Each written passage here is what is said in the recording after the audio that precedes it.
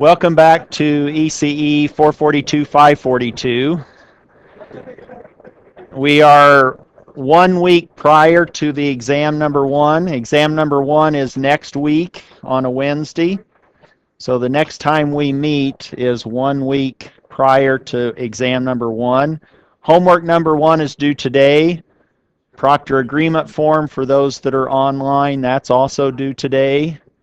Homework number two is due a week from today. So these are starting to happen quickly, or a little bit more quickly than the first of the exam of the semester. Review material for exam number one should be available on the D2L website. And we will have a review session, apparently, by a show of hands before we started, that some of you are interested in attending a review session after next Monday night's lecture. So we'll see what we can put together there. I might actually open up a discussion post inside D2L, and you can ask your questions that you might want addressed during that review session. I'll see if that gets any traction. And I think that completes our announcements for today. What I want to do today is actually give one more connection between these different representations that we've been playing with. And the one today that I want to work on is going from a difference equation into the frequency domain and producing a transfer function. Now that we already have this machine available to us, this z to the minus 1, which looks like an operator in the frequency domain, and when you apply that to a transform, that now in the time domain looks like a delay of one sample period, this z to the minus 1. Then we will formally define the z transform, and we'll start looking at z transforms of common waveforms to get us comfortable with this new operator z, this z transform operation, and you'll start looking at capital X of z's and hopefully start to get comfortable with these different pole zero diagrams in the z-plane relative to the s-plane. Last time we looked at this mapping between the s-plane and the z-plane, and it all hinged on z being equal to e to the st, or if you were standing on your head, that was this z to the minus 1 is e to the minus, e to the minus st. So it was corresponding to a delay of one sample period. We're going to use that now to our benefit so that we can immediately go from a time domain expression into a frequency domain expression, and that will allow us to have one equation that contains only the input waveform's z transform and the output waveform's z transform. We can take their ratio and produce a transfer function. To do that, to get a transfer function, do you remember what you did in the Laplace setting? You took the Laplace of a differential equation. What did you do with the initial conditions if you were looking for a transfer function? You didn't worry about them, did you? You weren't worrying about a solution at that point. You were just looking for the transfer function, the dynamic behavior between the input and the output. We'll do that now, and that simplifies our z-transform procedure, but after we talk a little bit about z-transforms, we'll talk about the z-transform properties, and we'll show how we can, with the z-transform, accommodate initial conditions. Just like when you Laplace transform a derivative, what happens? You have s times, let's say, capital X of s. Is there anything else in that expression? Minus an initial condition, right? And then if you have higher order derivatives, you have these other additional terms in that. We will see that that's similar, something similar in the z-transform. We can accommodate initial conditions. But for today, we are actually going to assume that our signals here that we're transforming, y of n and an input, so I'm probably going to, let me see what I've done. Yes, I've already made it really confusing, so let me change that when we get there. But u of n in this bracketed expression is a switch. That's the unit step, which really means y of n is only going to be on for non-negative values of the index n. Or we have one-sided z transforms. And if we looked at a delayed version of our signal y, and here this sample period is typically implied, well, a lot of times we get tired of writing that capital T in our argument, so we just sort of neglect it and have it on the side of our paper, and we know what the sample period is if we need it, but we typically just say y of n minus 1, and we know that that's n minus 1 sample periods. I will be saying that the signal is aligned with the time window that switches it on when the arguments are the same, n minus 1 and n minus 1 in the waveform y and the switch u. Similarly, up above, those are aligned. The window has the same argument, and the window is this unit step. You can view it as the window is closed until you hit the time when that argument is 0, and then the window opens for all time thereafter. That's what I'm meaning by this window effect of the unit step. And now I'm going to switch something up a little bit, but here's our example. We want to convert a time domain linear difference equation into the z domain and obtain a transfer function. And we've already commented on, if we're dealing with a transfer function, we don't need to worry about the initial conditions. So while you are looking at that, I'm going to actually change this up a little bit, so don't worry about that. That would have just, I think, confused everyone if I would have used my generic input signal to be u of n there. Let me just call my input now x of n, since I've already made a big deal about using u of n as a switch. But you'll see that I overuse u of n. Sometimes it's a switch, sometimes it's just a generic signal. But here's the difference equation that we want to now take from the time domain into the frequency domain. What's the order of this linear difference equation? If I gave you that on an exam, could you answer that question? And it should be a giveaway. That should be a gift to answer in this particular instance. What is the order of that linear difference equation? Or you might say, how many delay blocks do I need to actually build a all delay block diagram that would realize that difference equation?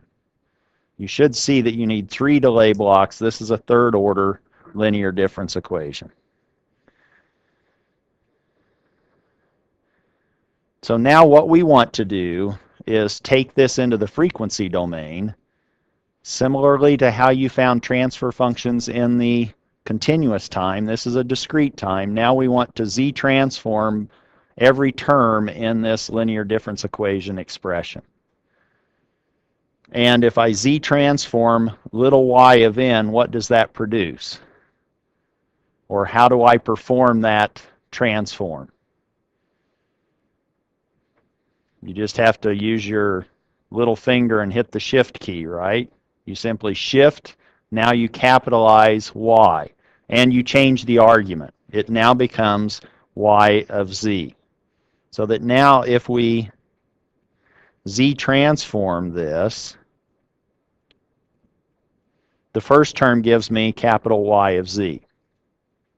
And here I'm assuming that all of these are switched or windowed in an aligned form so that when I z transform a sub 1, y of n minus 1, the a1 is a constant. That comes through. And what do I find or determine when I take little y of n minus 1 into the frequency domain? What does that become? That's just a weighted capital Y of z, and it's weighted by this operator z to the minus 1.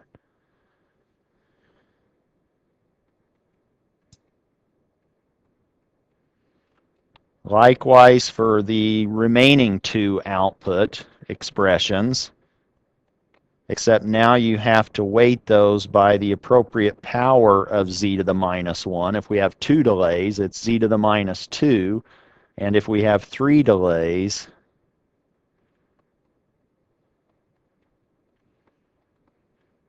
it's z to the minus 3.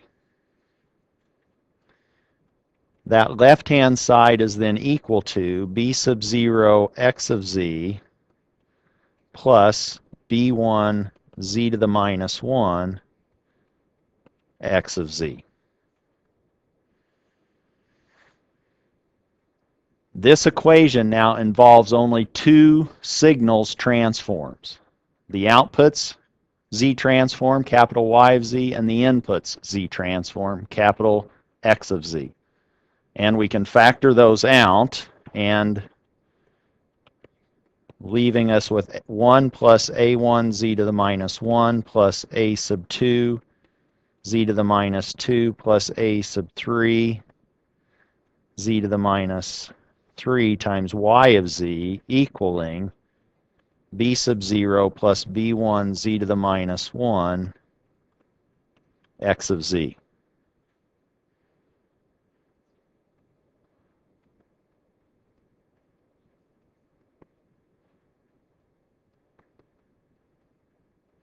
And those are the transforms of my output and input signals. I can cross multiply and end up with the transfer function that I want, which is the ratio of the output signals z transform to the input signals z transform, leaving me with b sub 0 plus b1 z to the minus 1 upstairs, and downstairs 1 plus a1 z to the minus 1 plus a2 z to the minus 2 plus a sub 3 z to the minus 3. In a controls class, a lot of times we don't play with z to the minus 1 polynomials. We actually play with positive powers of z, and we can find that by looking at sort of the largest negative exponent, which is z to the minus 3, and we can multiply by 1, in this case z cubed over z cubed, and get rid of all of those negative exponents. Or we can now say that our transfer function could also be written in terms of positive powers of z as b sub 0 z cubed plus b1 z squared all over z cubed plus a1 z squared plus a sub 2 z plus a sub 3.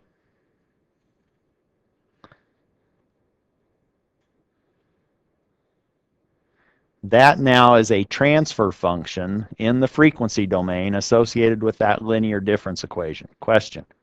Would it be possible to draw a circuit based on this, or is this just for any system, or is you want to represent that?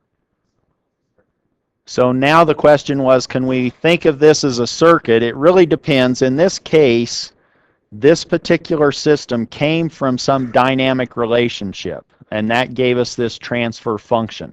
So that transfer function does represent some system's dynamic behavior.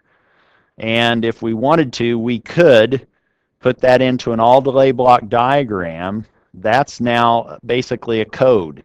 You could program that, and now you have a model or a representation in software of this system's behavior. Or you could simply iteratively solve for the next value of the output based on that difference equation if you wanted to from the time domain version. Now, you could have been given something like this that I have boxed in blue, not knowing what's on the left, and maybe that represents a signals transform. So what a transfer function corresponds to, you have to be sort of told or know. If I erased y over x and I just said, oh, this is actually the transfer function associated, or the transform of a signal, Now you know that signal is third order. And what do you know about that? Well, it could have all three real poles. It could have two complex conjugate poles and a real pole. And that would tell you how it wants to evolve in time. The system would, if this was now back and we've now said this is our system, y over x, the system, when you kick it, it will naturally shake based on what the modes, the denominator roots, give you.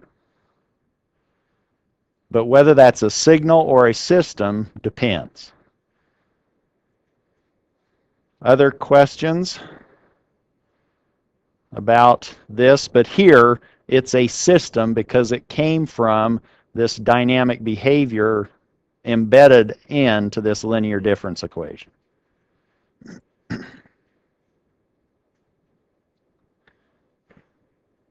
Let's see how we can find transform expressions for waveforms, for common waveforms. And for that, let's now define the Z transform.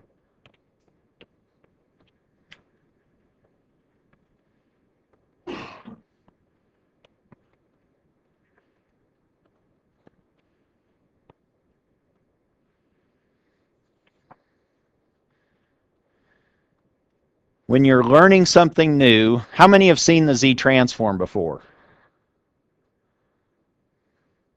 Not that many hands. So you haven't taken a signal processing or some signal and system class that discussed the Z transform, which means that when you're learning something new, I kind of like to go back to what I'm comfortable with and springing or bridging into something new. And what I'm hoping that you're comfortable with is the Laplace transform. So now I'm going to say, remember, and if this makes your palms sweat or you get a little cold and clammy, just bear with me. I think you'll start to appreciate both the Laplace and the Z transform after we go through the Z transform. But remember the Laplace transform. You've seen this a lot, I'm assuming. That's why it should be fairly comforting to see.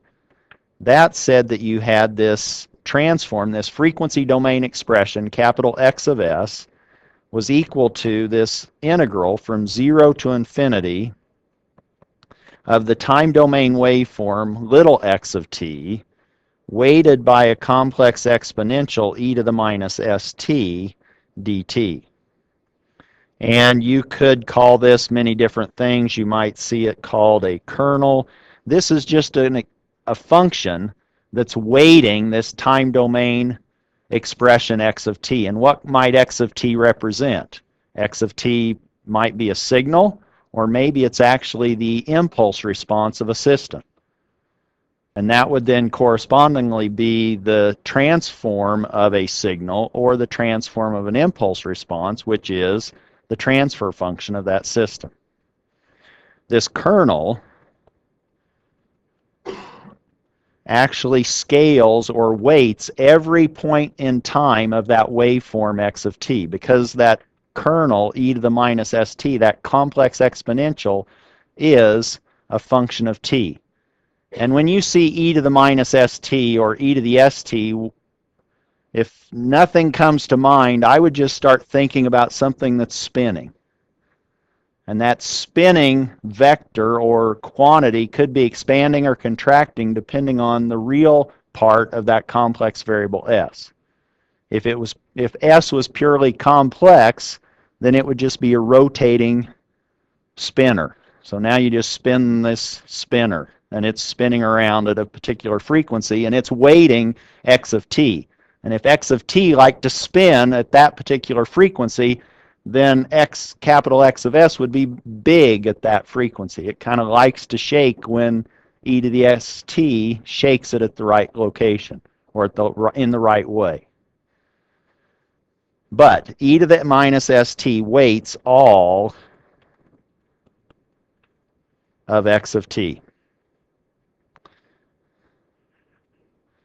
That's what I want you to remember, the Laplace transform, or fall back on. Now let's look at the Z transform.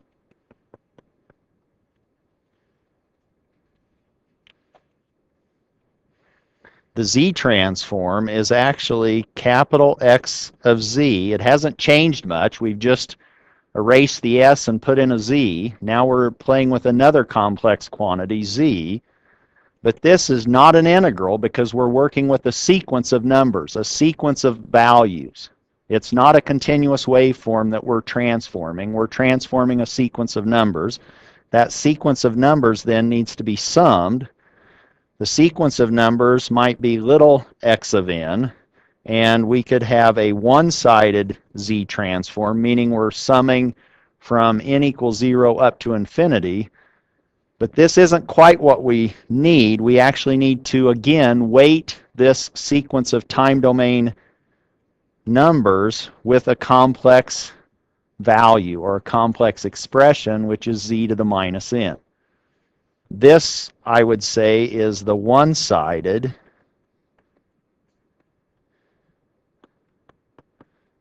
z transform. And this, where is that z coming from? Well, if we looked at e to the st, and if we sampled that, well, let me change the color just to contrast it here. Suppose we replaced, or we actually started sampling t in the Laplace transform.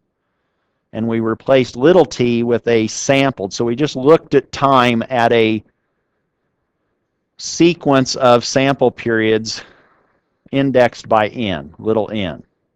What would that do to this complex exponential? Now we would have e to the minus s n t.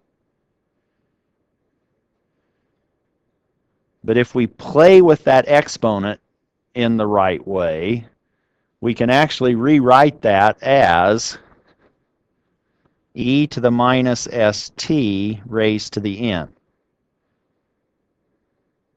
Actually, I want to make it more like, that minus n there, I got lucky. It didn't do what it should have done because I wasn't close enough, I guess. So now let me say this is e to the st to the minus n. Same thing. I can play with this exponent many different ways. I want to now factor out a minus n so that it's looking more like this weighting. And what's e to the st? Wasn't this the z that we had defined before? And what happens when we convert from a continuous waveform to a continuous, or if we go from getting really, really fine in our chopping up of this time axis, this summation would convert into an integral, and hopefully you can start to see the connection between the Laplace transform and the z transform. They're similar beasts. One is with respect to a time sequence, and that's the z transform, but this z to the minus n is, again, sort of like this rotating phasor. That's absorbed into the z. That's e to the st. Now, this Laplace was one-sided, but in general, we might want to generalize our z transform and make our z transform two-sided, which just means that our sequence of numbers, little x of n, might actually be defined from minus infinity all the way up to plus infinity. So we need to then sum from n equal minus infinity to infinity, little x of n, z to the minus n, and this now is what I will refer to as our two-sided z transform.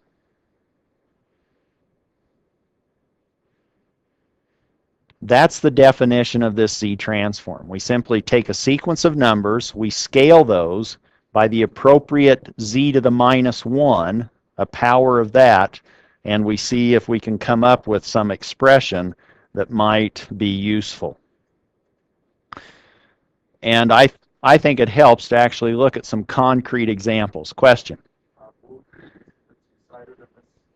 Yes, so the question was, will we be using the two-sided? We'll be using the one-sided and then the two-sided, especially on exam number 1. But This is a controls class, so we will probably emphasize drawing a line in the sand of time 0. And we'll probably be focusing on, oh, we started this system at some point in time. We're going to call that 0 and move on. So a lot of ours, once we get past sort of this introduction to Z-transform, we'll focus on the one-sided Z-transform. But I want you to understand the implications of a two-sided Z-transform, because it gives us more information and it gives me more to ask you about on an exam, so that our regions of convergence, which we will talk about, will become more interesting or have more patterns than just one region of convergence pattern. Let's look at some common waveforms.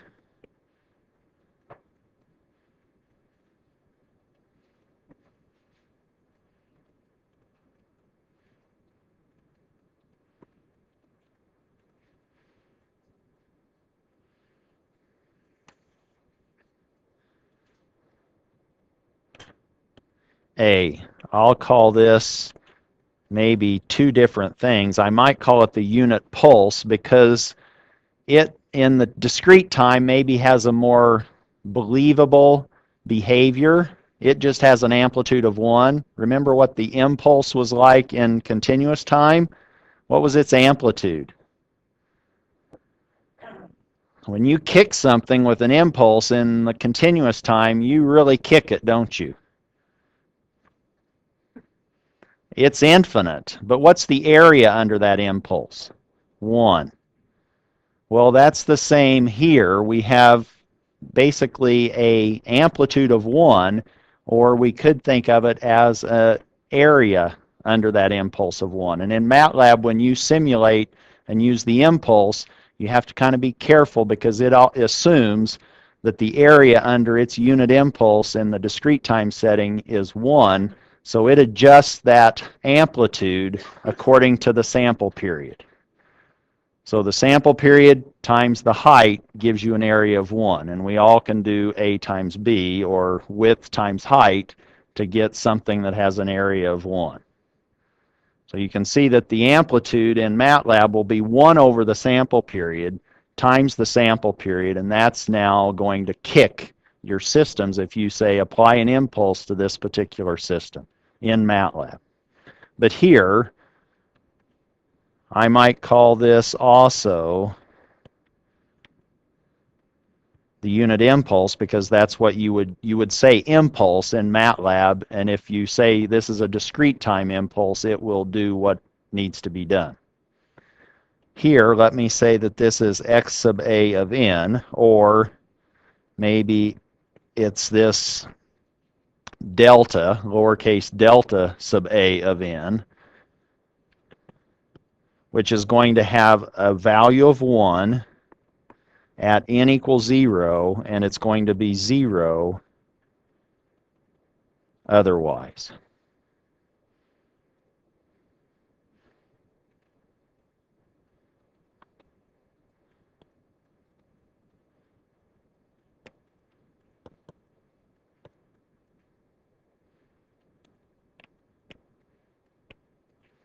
And this really has a difficult picture to draw. It's now just one stem at the origin, and it has a height of 1. That's what it looks like in the time domain. What's going to happen when we find the Z-transform of that unit pulse or unit impulse? By definition, and if we wanted to, we could say, oh, I don't know, it may be going from minus infinity to plus infinity. We know better, but let's just use the definition of the Z-transform. We're summing from minus infinity to infinity, x sub a of n, and weighting that by this complex number, z to the minus n.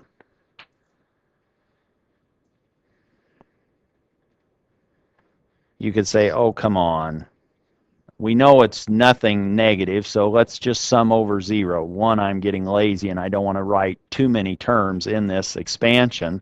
But we could start simply saying, oh, this is, if we look at what happens when we sum these, for n going from 0 up to infinity, we have x sub a at time n equals 0, weighted by z to the minus 0, plus x sub a at time 1, z to the minus 1, plus x sub a 2, z to the minus 2, and we could just keep going.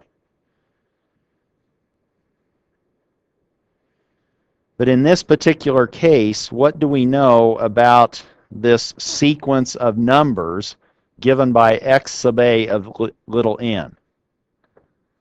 There's only one that's non-zero, and that's the 1 at 0, and it has a value of 1. Have a lot of 1s floating around, but this now has a value of 1. This is 0. This is 0, and all the others are 0. And what's z to the minus 0? Z to the 0. Z, anything to 0 is 1. So this z transform is really difficult. We've now learned that the z transform of a unit pulse is 1. Z is a complex variable. Z is a complex frequency. If you wanted to think about it, now what is this telling you about the sort of the energy in any frequency? You plug in any value for z, and what's it give you? 1. So this says that you're exciting all the frequencies by hitting it with an impulse. Right? No matter what frequency, it has an amplitude of 1. So this is exciting everything. That's why you like to hit systems with an impulse, is because it starts exciting anything and everything that can be excited in a system. This one is pretty straightforward. The z transform of a unit pulse is 1. So over the entire complex z plane, it has a value of 1. No matter what z you pick, it has a value of 1. That was a common waveform A, sub A. Before we get into the next one, let me again return to, I hope, some familiar territory. So an aside before examining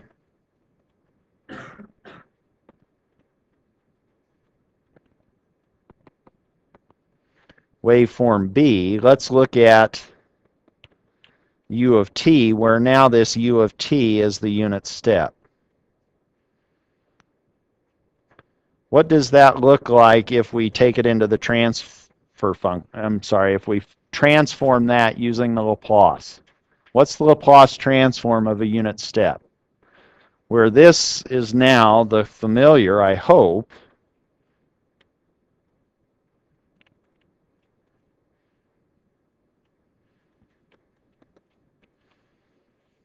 waveform. That's the time domain picture of the unit step. What does the Laplace transform of a unit step look like?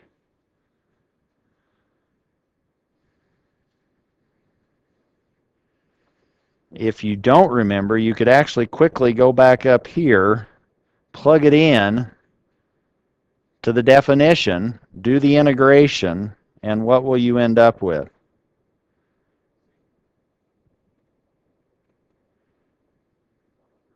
One over S. So now, in terms of a picture, now we have this S-plane. And if I wanted to say, what's the pole zero diagram? Have you guys all seen poles and zeros? Did you studied those in 320, didn't you? Poles and zeros. Who did you have for 320? Tharp? If you're going like this. But you should have had poles and zeros. Poles are the values of s that cause your denominator to vanish. Zeros are the values of s that cause your numerator to vanish in a transform expression, g of s. So here, let's sketch the pole zero diagram for this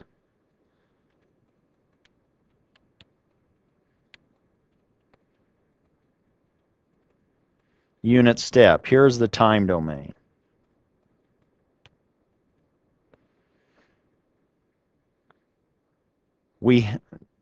We're not charting a basketball play or a football play. We're not doing X's and O's for that purpose, but we're putting X's and O's in the complex plane. O's stand for zeros and X's, poles.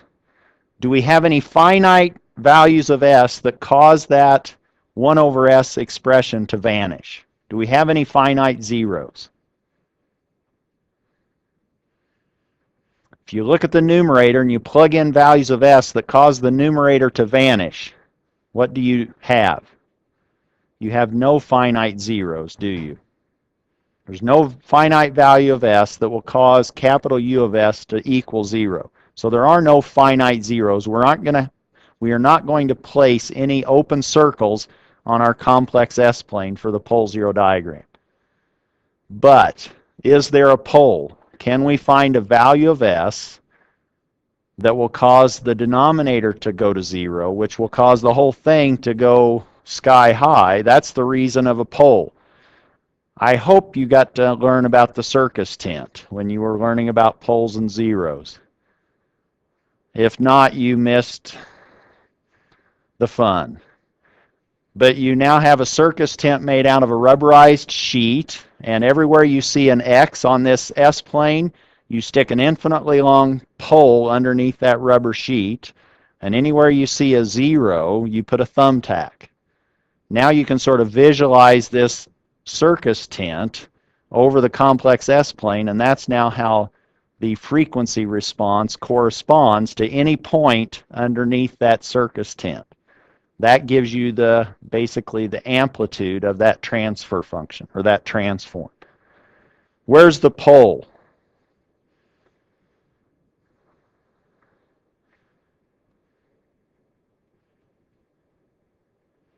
It's right at the origin, isn't it? We have one pole, so we would have an infinitely long stick right at the origin, and we would drape this rubber sheet over that pole, and that gives us our frequency response in the S-plane. That was an aside. That was to remind us what we should be comfortable playing with before we step into the discrete time. And what happens in discrete time? Now we simply sample this continuous, one way of thinking of it, sample this continuous time waveform. Let's now look at waveform B, which is now the unit step.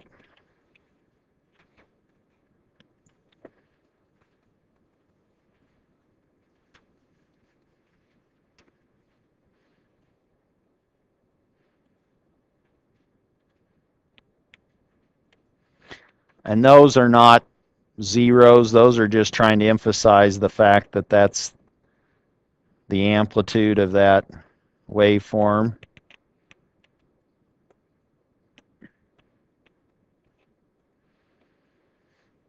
And that just goes on and on.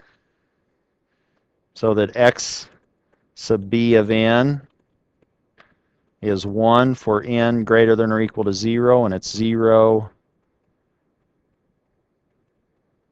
otherwise. That's now the unit step in the discrete time setting. We want to find the z transform of that time domain sequence of numbers. And if you're looking for partial credit on the exam, what do? Well, at least you write down the definition of the z transform, right? You say, oh, this is a sum, a summation, from n equal minus infinity to infinity of little x sub b of n, z to the minus n. At least I know when I say find the z transform, at least you know the definition on the exam. So now you'll get a half a point out of 50 for partial credit. Right? I mean, come on. You should know this. But what does this say? Now we can change this up a little bit because we know that for all negative indices, little x sub b is nothing, so let's just forget those. But what is x sub b of n for all non-negative indices? It's 1, so I can put a 1 there, and I have z to the minus n, and that's from n equals 0 up to infinity. So that now x sub b of z is 1, z to the minus 0, which is 1, plus z to the minus 1, plus z to the minus 2, plus z to the minus 3. I get tired, so I just say plus dot, dot, dot. But that's now my z transform. That may look a little different than the Laplace transforms that you're used to seeing. You're used to seeing some transform expression. Can we find such a beast for this? You found one for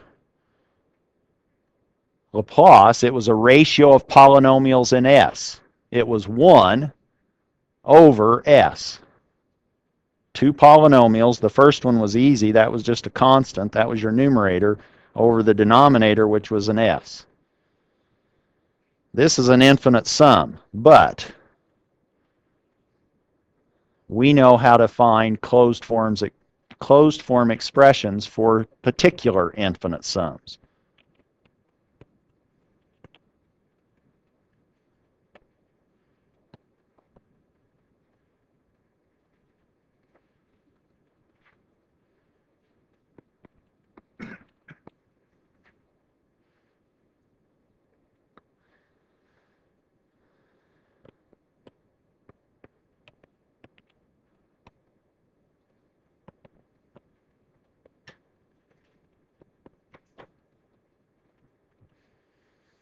How many people like to go to the zoo?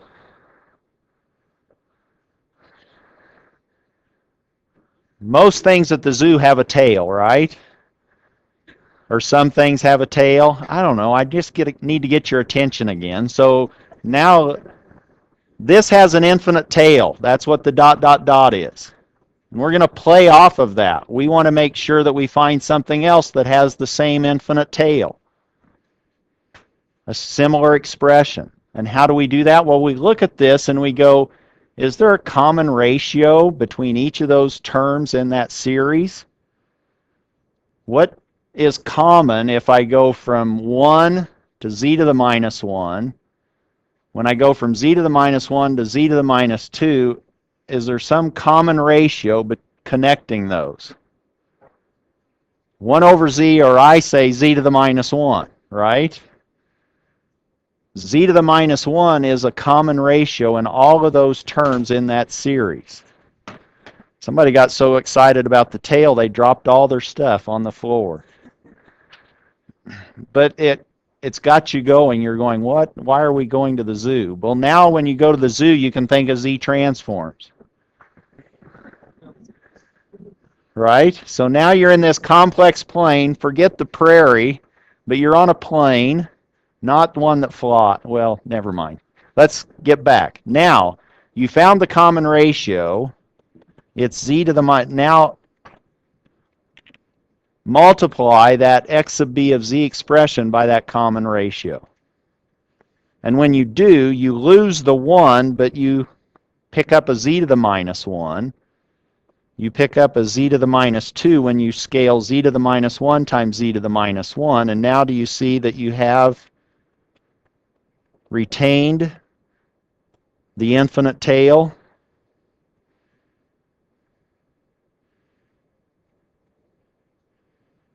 And if we compare those two expressions, by compare I mean subtract the bottom row from the top row, I hope you see that we have 1 minus z to the minus 1 times x sub b of z.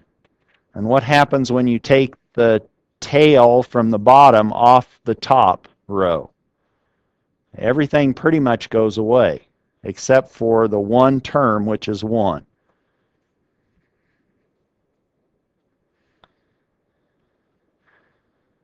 Now, when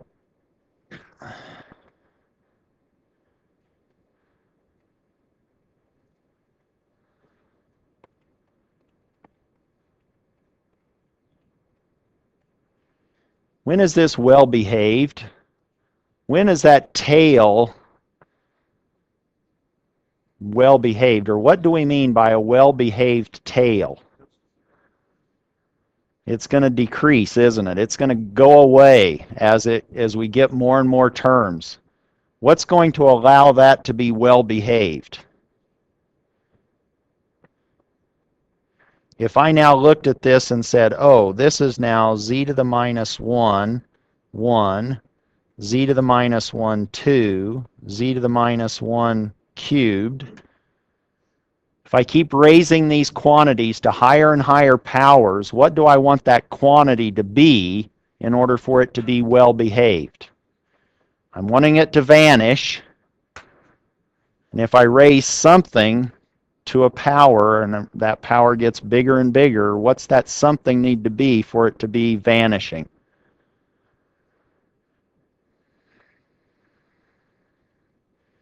If I have 2 inside parentheses and I square it and I cube it and I quadruple it, is that 2 well behaved?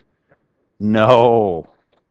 I'm going 2, 4, 8, 16. That's not going to 0, is it? What does that quantity need to be? It has to be less than 1 in magnitude. This infinite tail is well behaved when the magnitude of z to the minus 1 is less than 1. And that well-behaved nature is what's going to define what we will call the region of convergence. This now tells us locations in the complex plane where this waveform is well behaved or where this expression actually exists. And this expression we can now solve for capital X sub b of z to find this ratio of polynomials in z to the minus 1 or z that we wanted to find a closed form expression. X sub b of z is now 1 over 1 minus z to the minus 1, and that is true, or it converges under this condition when z to the minus 1 was less than 1, so it converges for z to the minus 1 less than 1. Or, now you might say, well, that's just 1 over z. Or you might say, oh, let me take that quotient and say the numerator magnitude divided by the denominator magnitude is less than 1, and then let me clean up the fraction. And that now says that the magnitude of z needs to be bigger than 1 in order for this to be the result that we need to be the z transform of the unit step. So this now says that we want the absolute value of z bigger than 1. And now if you were looking at the complex z plane, did I do something wrong? What? You have an extra line.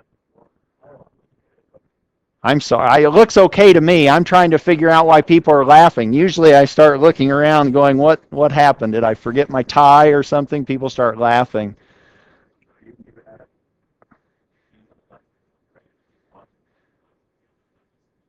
So here I just cross multiplied, and I think I'm okay. I want the magnitude of z to be bigger than 1, or I could write this not in terms of z to the minus 1. I could write this as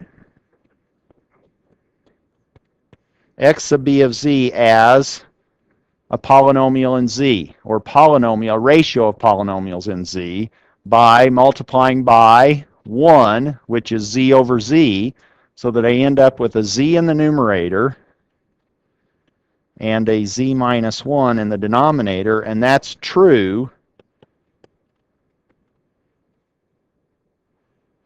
for the absolute value of z bigger than 1. This is the closed form expression of the z transform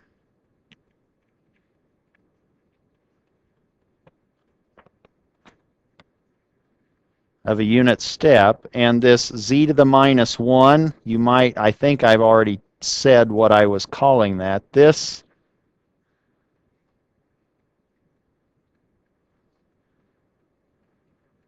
is the common ratio. We wanted that common ratio between each term in the series. We needed that to have a magnitude less than 1.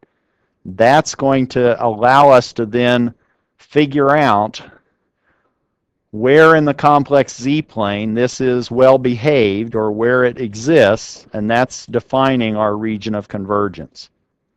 In this case, our region of convergence, if we wanted to draw our z-plane from this information,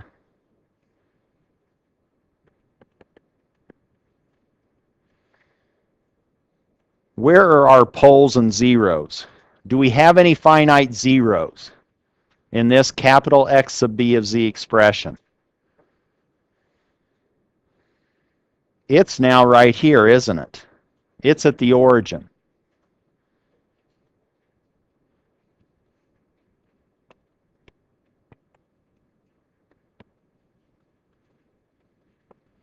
Do we have any finite poles? Any values of z that cause our denominator to vanish? Now we just set that denominator equal to 0, and we find all the different values of z. So if that was a fourth order denominator, we would be expecting 4 poles.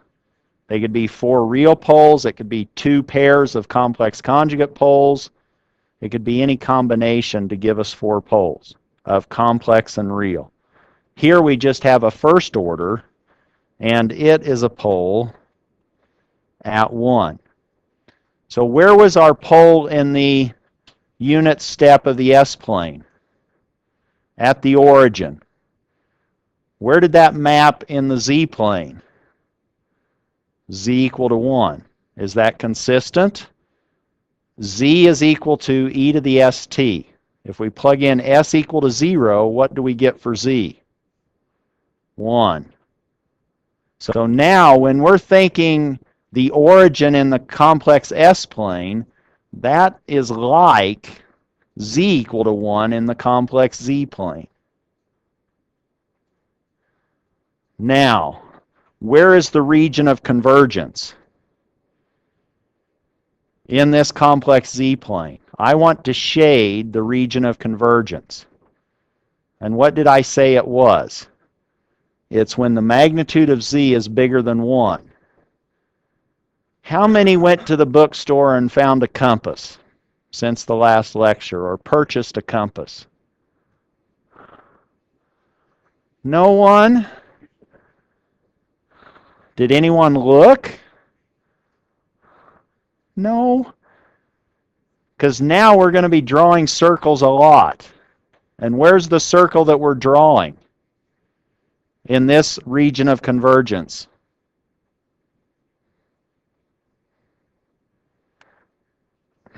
Okay, centered at 0, and what's its radius? 1. So now get a piece of string and put a thumbtack at the origin, put your pen in that string with a unit radius, and sketch a curve. Because it's going to be much better than my unit circle that I'm going to draw now. But we have this unit circle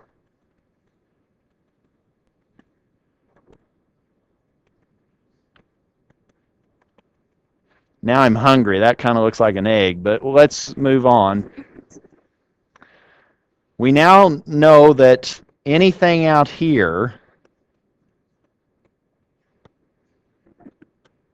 is our ROC, our rock. No, our region of convergence. This is our region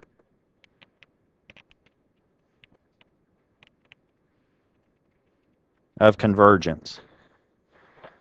And what do we know about the region of convergence?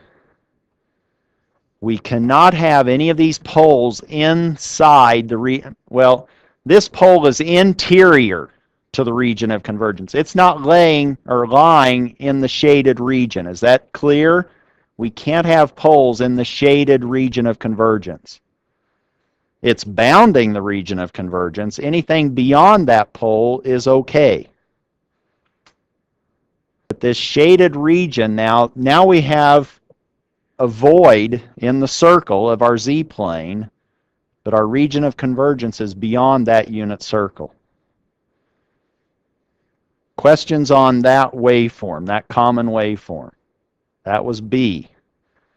Yes? If I remember correctly, you said that you can't have the S-plane, you can't have, wasn't it like opposite for the S-plane or something? I don't know. Right now I'm not feeling an opposite. What was opposite on the S-plane? The question was something about the S-plane and opposite, but the S-plane and the Z-plane are related by Z is equal to e to the st. So just keep that in mind when you want to think about how do I translate this, or maybe think about this in the continuous time setting versus the discrete time setting. And here is our region of convergence. It's outside, it's exterior to the pole, the single pole.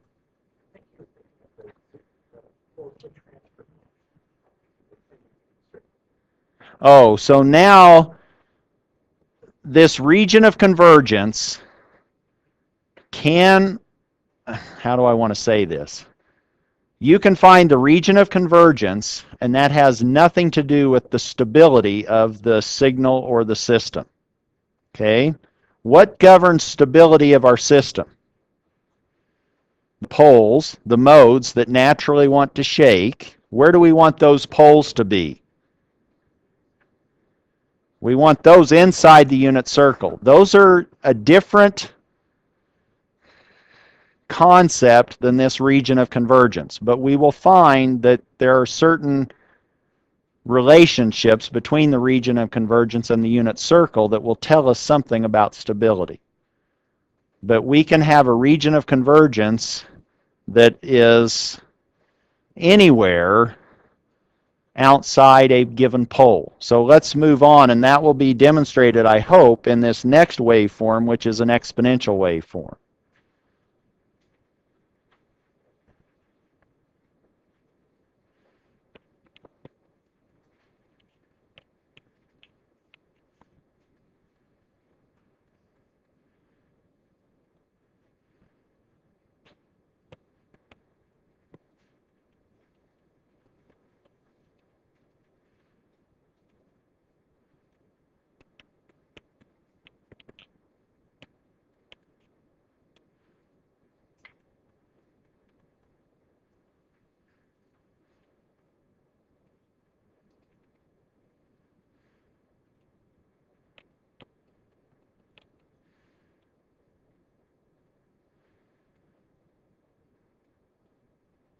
Suppose we start now at time 0, and I don't have a gain in front of that or a scaling factor. It just has a value of 1 at time t equals 0. What's this exponential waveform look like as a function of time?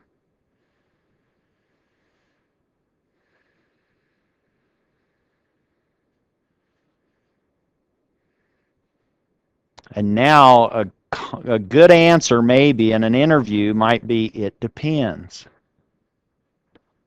Your interviewer will go, okay.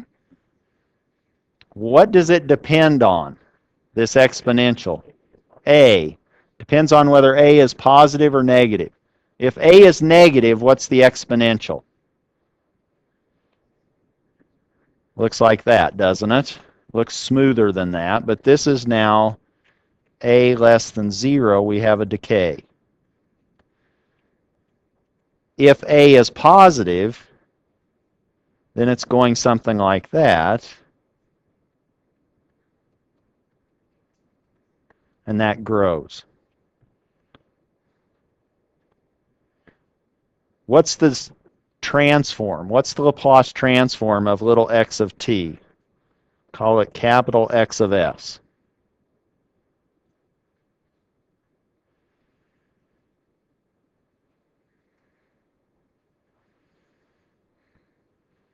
Everybody hesitant to answer? You should have already written this down on your paper if you're not confident enough to say it. This is 1 over s minus a. If a is positive,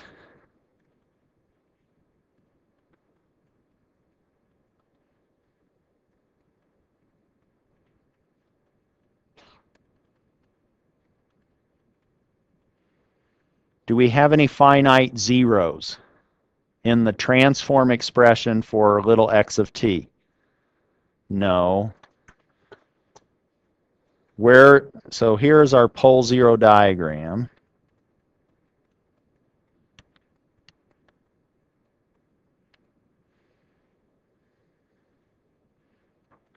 What if we had a positive a?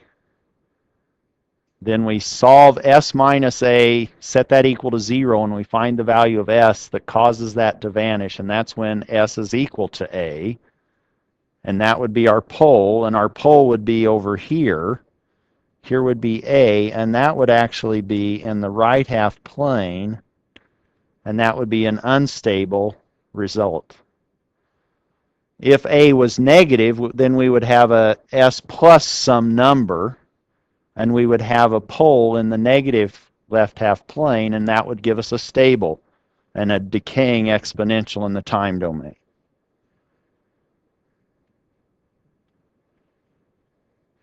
Let's look at what happens in the digital sense or in discrete time.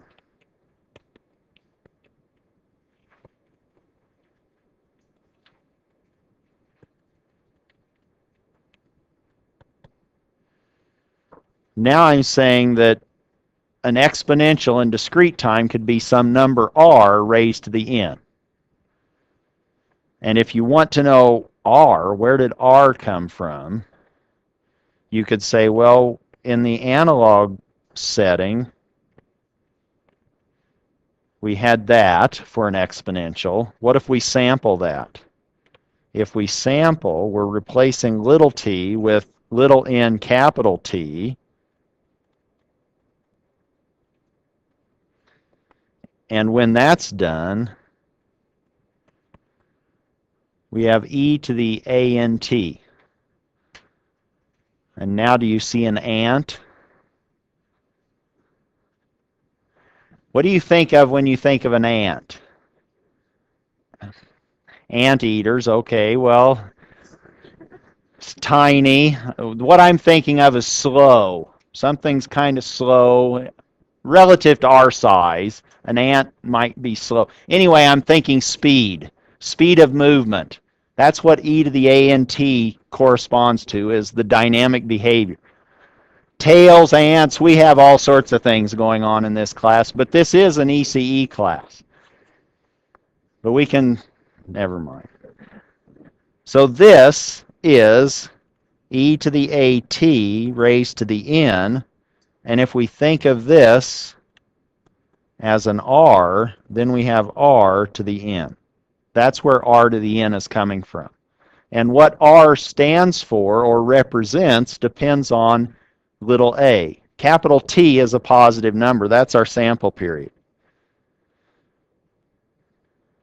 Which means that we can have, for this discrete time exponential, if r is less than 1,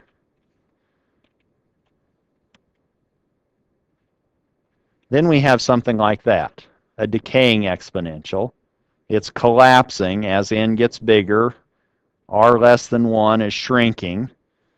If it was the other way around,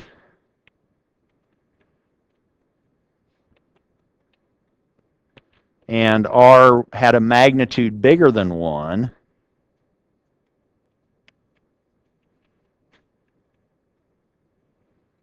then it's growing exponentially.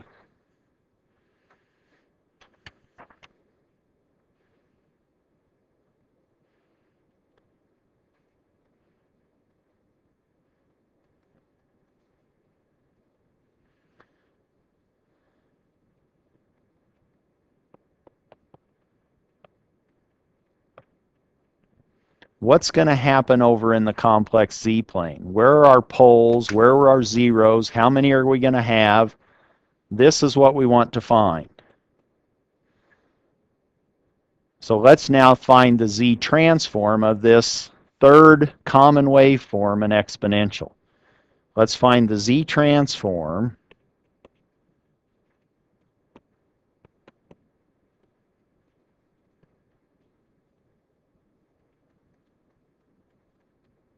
of x sub c of n, which is an exponential.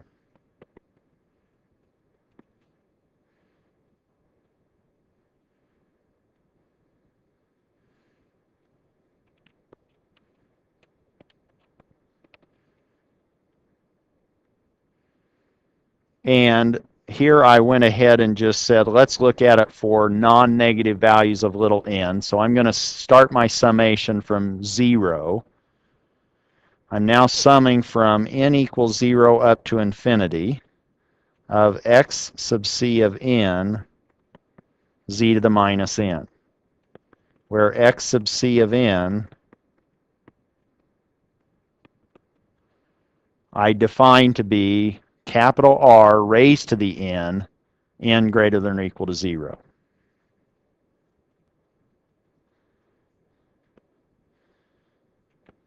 So this now becomes x sub c of 0 plus x sub c of 1 z to the minus 1 plus x sub c of 2. That's the sequence of numbers, x sub c of n, when little n is 2. So that's r, capital R squared, scaled by z to the minus 2, etc. And if we plug in particular expressions for what x sub c of n actually is, we have 1, which if we raise r to the 0, we have 1, plus r z to the minus 1, plus r z to the minus 2, plus r, can you wake me up? R1, R2, R3, z to the minus 3. I think my tail had gone to sleep and I was laying underneath a rock somewhere on the plane. Sorry. Region of convergence, z-plane, tail, we've covered all of this. See the stories you can tell just after this lecture? You can go home and now somebody asks, what did you learn in class? Well, we went to the zoo, we went into the plane.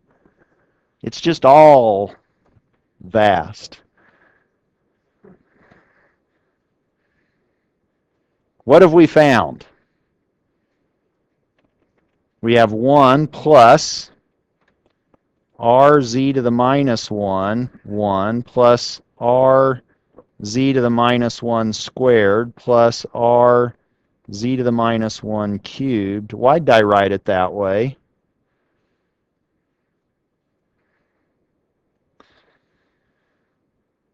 What does this make me, why did I write it this way? Does this make me feel any better?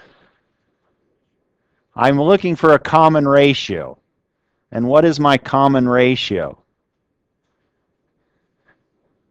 Or when does this actually converge? It converges when, and since z is complex, and r could actually be complex at some, if we wanted it to, so we want to take the absolute value of this common ratio, and we need that to be less than 1.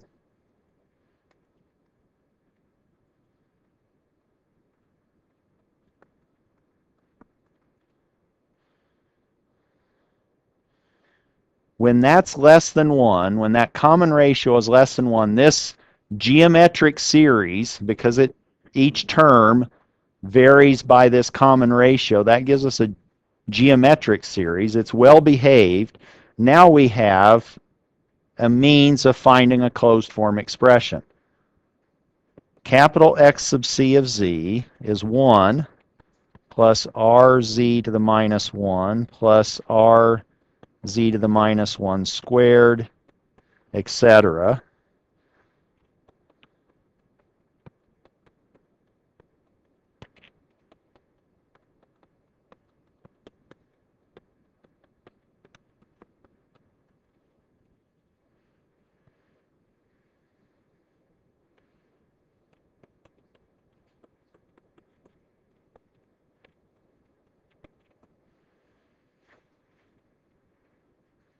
I multiplied both sides of that expression for capital R or x sub c of z by the common ratio, and then I compared them, and I end up with this relationship for capital X sub c of z. I'm just wondering why, like, about convergence for these functions, because it seems like, at least in the time domain, like, the units that function doesn't really. So now what we're wanting to do is we are defining a z, a complex frequency that allows even this non-converging time domain waveform to be well behaved. That's what we're doing. We're weighting these sequences in time by something that will cause the product of that z to the minus 1 times this sequence to be well behaved. That's where this convergence is sort of leading us, or that's where we're going with it. In this case, I hope that you can see that capital X sub c of z, if we solve for it, is 1 over 1 minus rz to the minus 1. Or, in terms of positive powers of z, we can scale this by z over z, or by 1, and we end up with z over z minus r.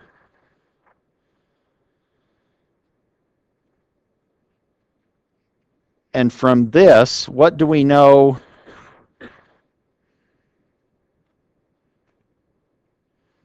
Or what was our, when is this going to be well behaved?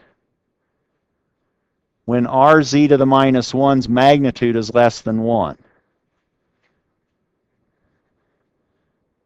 So our region of convergence is when rz to the minus 1's magnitude is less than 1, or when r over z is less than 1, or when the magnitude of z is bigger than r. Where is our pole in this particular transform? Here I'm assuming r is a real number. Z equal to r. So now whatever r is, there's our pole. Do we have a finite zero? It's at the origin. Where's our region of convergence?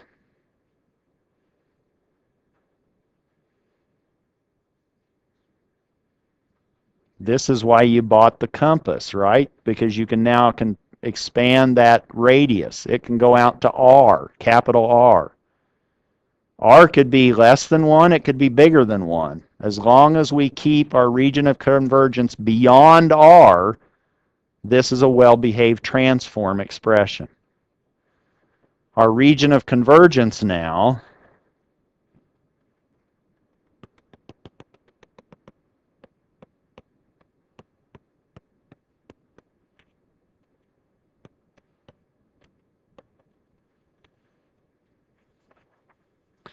is outside of capital R. Question? So that means that it is that the pole is not The, the region of convergence? the pole is not in the region of convergence. It bounds it. It's right on the boundary. It basically establishes the smallest that the region of convergence can be, is that pole. Now you could have other poles if we had a more elaborate transfer function, but they would all have to be inside in magnitude this capital R. No poles can live in the region of convergence. So I want to make one note. Note, the region of convergence